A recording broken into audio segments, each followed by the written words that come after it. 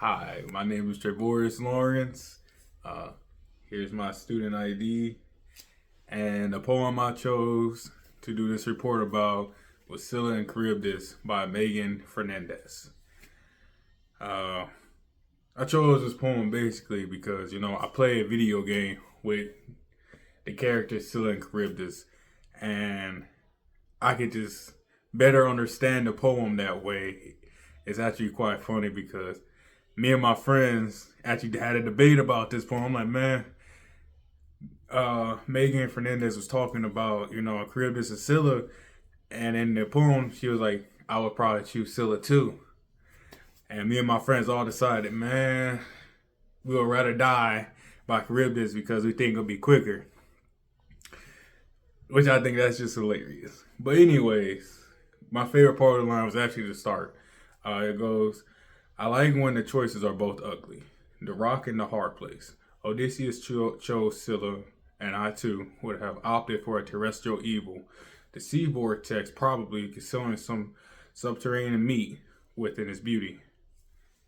Now, for me, I understand where she's coming from because, Charybdis is supposed to be this beast that hides under the ocean and it will pull your whole ship in. While Scylla is like this Hydra essentially that would, kill you. I feel like, Odysseus and the author chose Scylla mostly for the fact they might feel like they have a better chance of fighting. Me personally, from playing the game and reading the lore from the game, I would have rather chose Charybdis because Scylla in the game and in lore is very, very evil. I mean, she will 100%, torture you before you die. And I think that is very, very important when talking about the two different characters. My favorite phrase out the poem, though, is I too might have sacrificed a few men to preserve the whole ideal voyage. Me and my friends talk about this a lot. What hill are we willing to die on? It's something that brings up all the time. Especially with the world we live in today. And I just feel like that line makes a lot of sense to us. Because, no matter how you want to see it, any great nation is built by sacrifice. That's how America was built. A lot of great men died so we could have a freedom.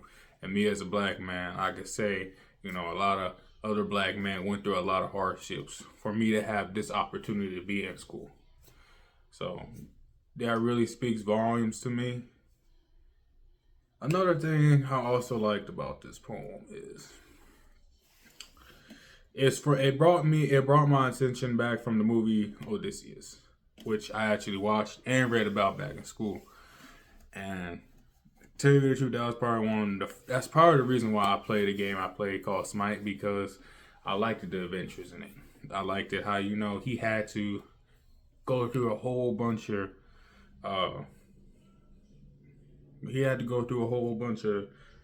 quests and everything. Someone like Hercules, like challenges like Hercules, and to get what he wanted to get.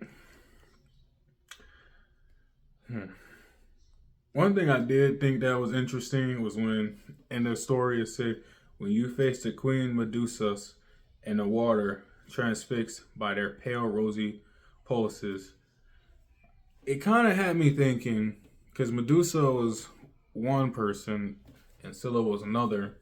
So I had to go look at what, other depictions of what Scylla looked like. And basically, she kind of looked the same in the game, but in a lot of instances, she did look somewhat like Medusa, but not quite Medusa. She looked more like a Gorgon. Just, with a Hydra heads for body. But,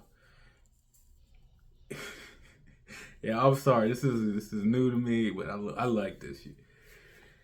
I thought this was a good poem, though.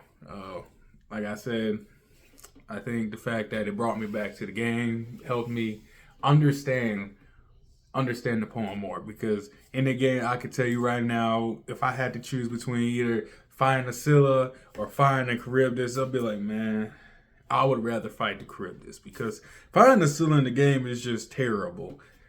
She is brutal in all of nature. She's going to kill you and then kill your whole team, whereas Charybdis is going to kill you as fast as possible. Scylla is not like that. She's going to torture you. So once again, my name is Trevorius Lawrence, and the poem I decided to do this report about was Scylla and Charybdis by Megan Fernandez.